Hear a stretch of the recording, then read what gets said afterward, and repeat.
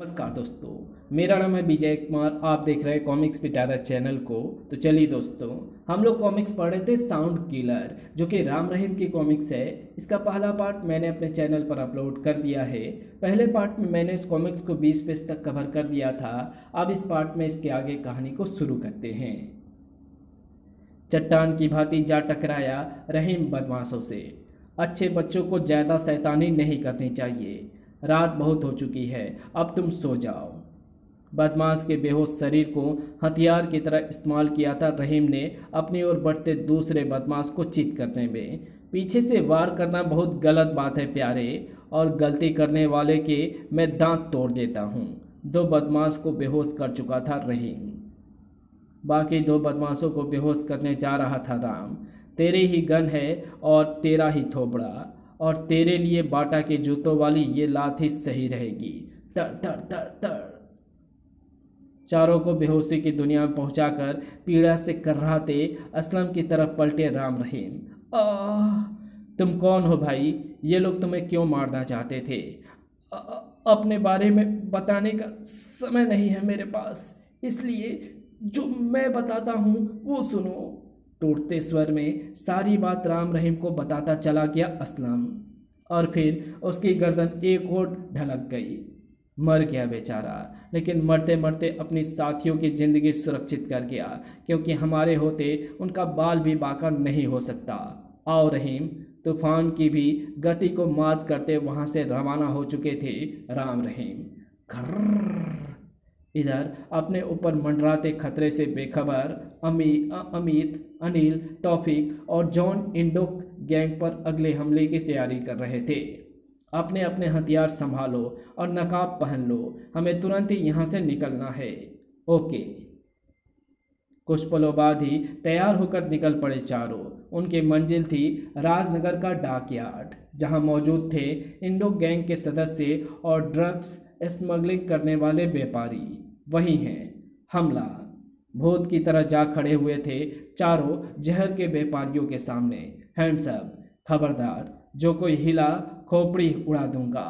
मुस्कान खेल गई Indo gang के हर सदस्य के अधरों पर उन नकाबपोशों को देखकर। आओ आओ, तुम्हारा ही इंतजार था हमें। हम जानते थे तुम यहाँ जरूर पहुँचोगे। बकवास मत कर कुत्ते। ला ये नोटों से भरा ये सूटकेस हमारे हवाले कर। सूटकेस की बाद में सोचना, पहले अपनी मौत से तो मिल लो। कांप कर रह गए चारों अपनी तरफ तनी गनों को देखकर। ओह नो, धोखा। हम जानते थे तुम जरूर आओगे, इसलिए हमने पूरी तैयारियां कर रखी थी, ताकि तुम्हारे शरीर को गोलियों से छलनी करके तुम्हारी आत्माओं को परमात्मा के पास भेज दें। तुम्हारा ये सपना कभी पूरा नहीं होगा कमीने। फायर। आह! गोलियां बरसाते हुए भाग खड़े हुए चारों। जल्दी करो, हमें कैसे भी अपनी कार तक पहुंचना है। तर तर तर तर। लेकिन इंडो गैंग ने अपना जाल मजबूती से बुना था। कहाँ तक भागोगे बच्चों? आज तुम बचकर नहीं जा सकते। ओह! दहशत नाव चुठी नकाब से झांकती आंखों में। अब हम नहीं बचेंगे। हमारी जिंदगी और मौत में सिर्फ ट्रिगर दबने भर का फासला है। लेकिन इससे पहले कि मौत का यह फासला कम हो पाता, तूफान की भांति वहां पहुंची वो मोटरसाइकिल रौंदती चली गई फायर करने को तत्पर इंडो गैंग के सदस्य को। धड़ाक। आ! चीख उठा राका। खत्म कर दो इन दोनों को। बचो राम भैया। तड़ तड़ तड़ तड़। राम को लेकर जमीन पर लुढ़कते रहीम ने अपने कंप्यूटराइज्ड हाथ से बरसा दी गोलियां। गोलियां बरसाना हम भी जानते हैं प्यारे। आ आ। राम ने भी निकाल ली थी अपनी रिवॉल्वर। धाएं। आ। चारों नकाबपोशों के साथ आ मिले राम रहीम। बदमाशों की संख्या बहुत ज़्यादा है दोस्तों, हम ज़्यादा देर इनका मुकाबला नहीं कर सकते। राम भैया ठीक कह रहे हैं दोस्तों, इस समय यहाँ से भागने में ही समझदारी है। बात चारों की समझ में आ गई और भाग खड़े हुए सभी अपने कार की ओर। जल्दी करो।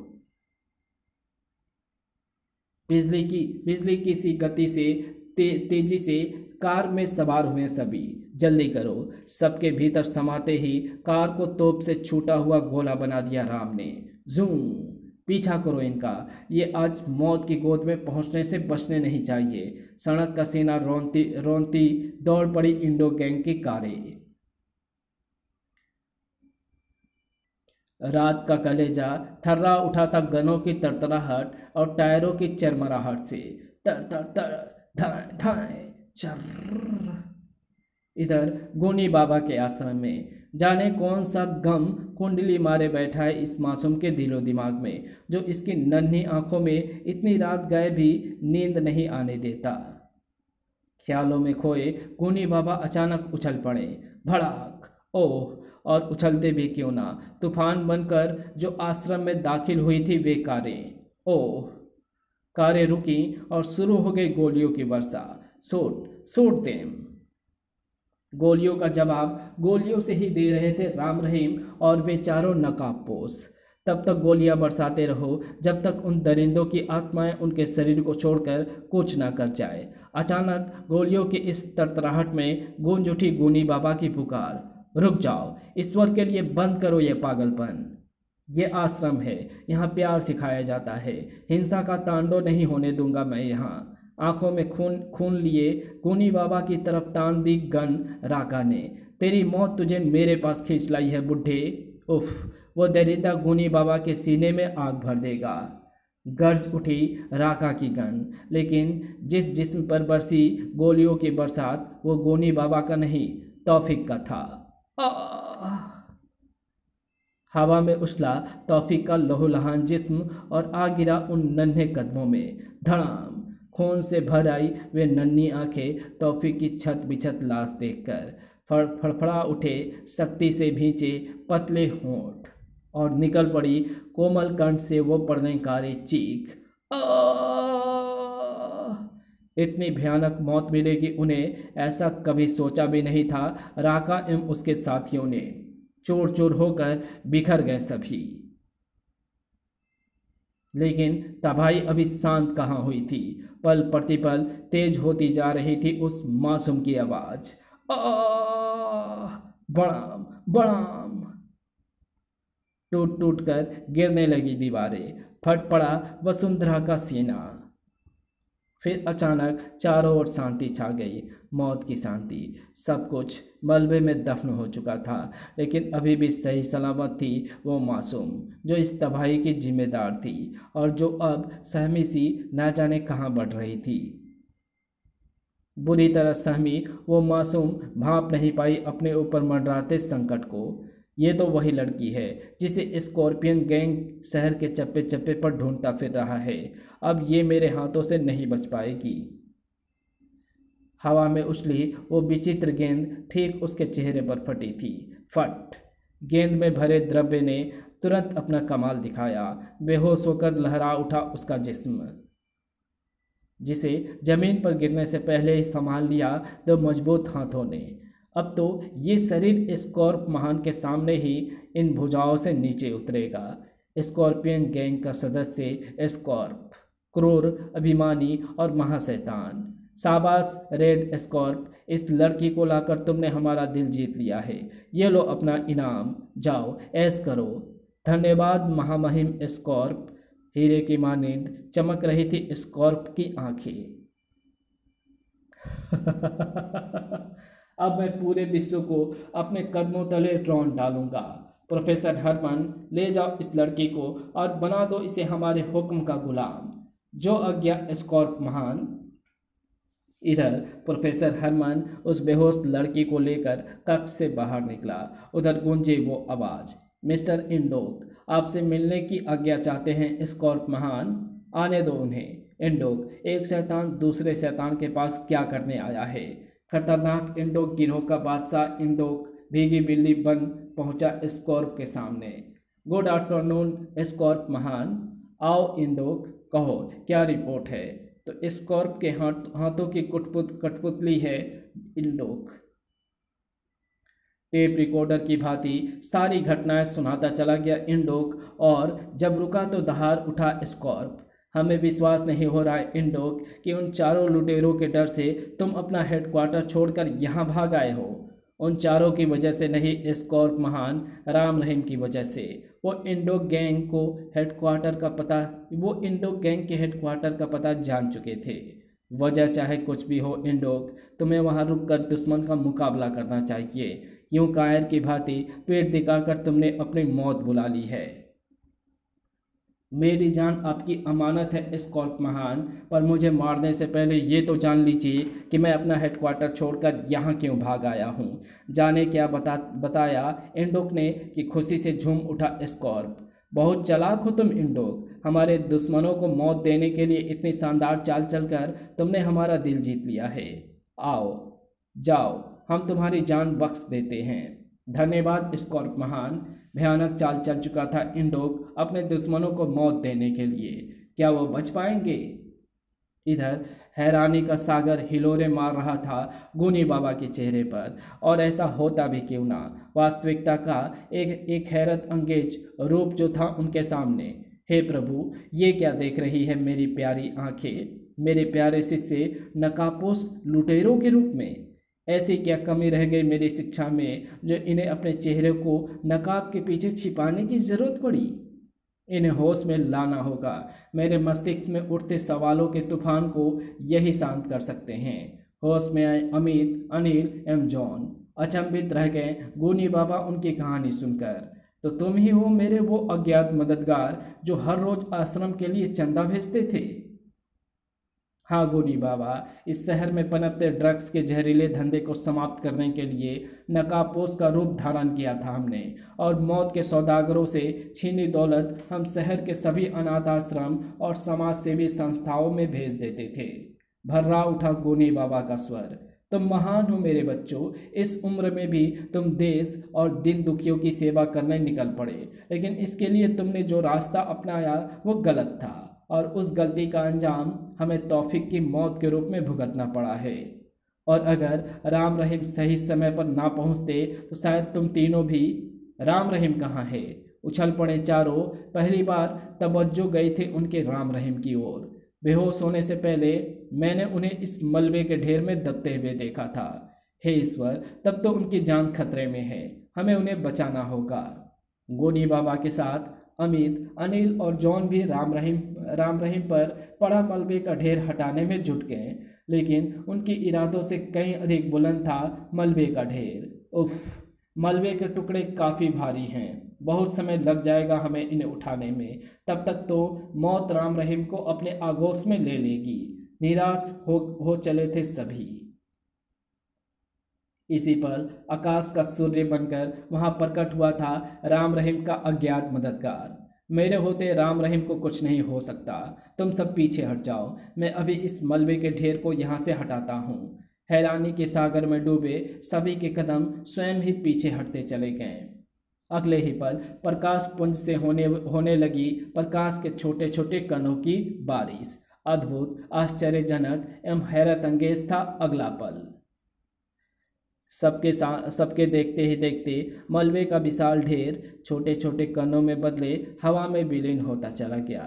सभी को स्पेस का झूला झूलाता जैसे आया था वैसे ही वापस चला गया था प्रकाश पुंज।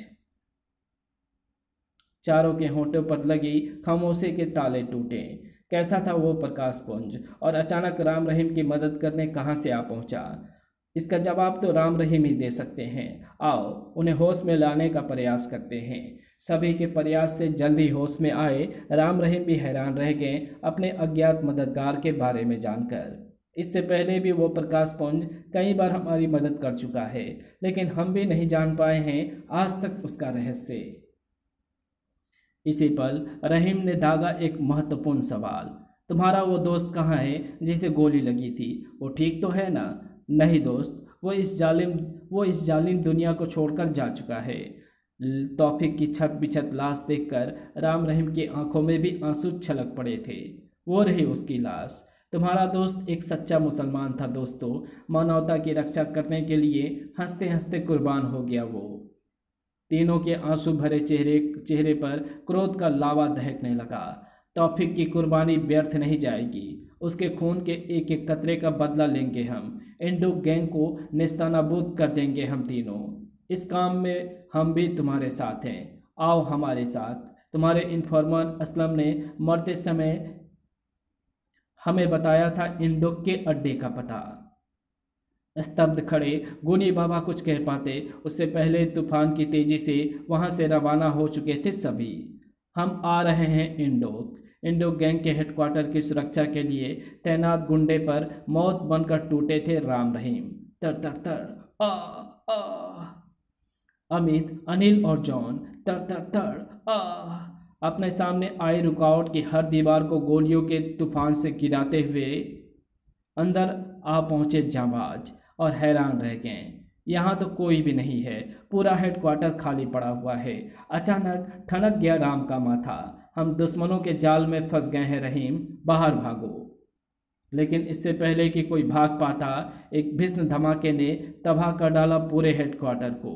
बड़ाम कांप उठा स्कॉर्प के कंठ से उबलने वाले वहशी ठहाकों से। अपने दिल में इंडोक गैंग को नेस्तानाबूद करने का अरमान लेकर ही इस दुनिया से कूच कर गए इंडोक गैंग के दुश्मन, और इसका सारा श्रेय तुम्हें जाता है इंडोक। तुमने वाकई कमाल का जाल बिछाया था जिसमें फंसकर दुश्मन मरने के बाद भी ना छूट पाए। अब तुम दोबारा शान से अपना ड्रग्स का धंधा शुरू कर सकते हो। ओके स्कॉर्प महान। इसी पल वहां गूंज उठी प्रोफेसर हरमन की आवाज़। ऑपरेशन सफल रहा स्कॉर्प महान, आप आकर निरीक्षण कर सकते हैं। प्रसन्नता की अधिकता से बलियो उछल पड़ा स्कॉर्प। आज का दिन मेरे लिए बहुत खुशी का है। एक के बाद एक खुशखबरी मिल रही है मुझे। पहले मेरे दुश्मनों की मौत की खबर और अब ये शुभ सूचना। आओ इंडोक, हमारी इस खुशी में तुम भी हमारे साथ शरीक हो।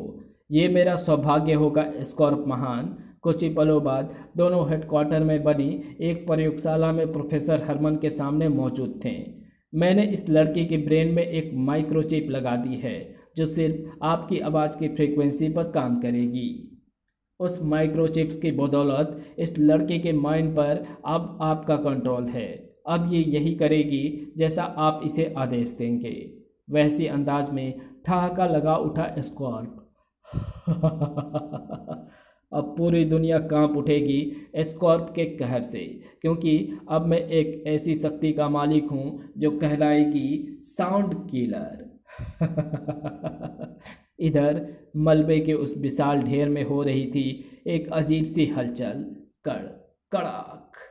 इस कहानी को यहीं समाप्त करते हैं और इसके आगे कहानी पढ़ेंगे हम इसके पार्ट 3 में। तो मिलते हैं इसके तीसरे पार्ट में। तब तक के लिए बाय। अगर आपको ये वीडियो पसंद आई हो तो इस वीडियो को लाइक शेयर कमेंट ज़रूर कर देना। चैनल पर नए हो तो चैनल को सब्सक्राइब कर ऑल नोटिफिकेशन को सिलेक्ट ज़रूर कर देना। Thanks for watching my videos.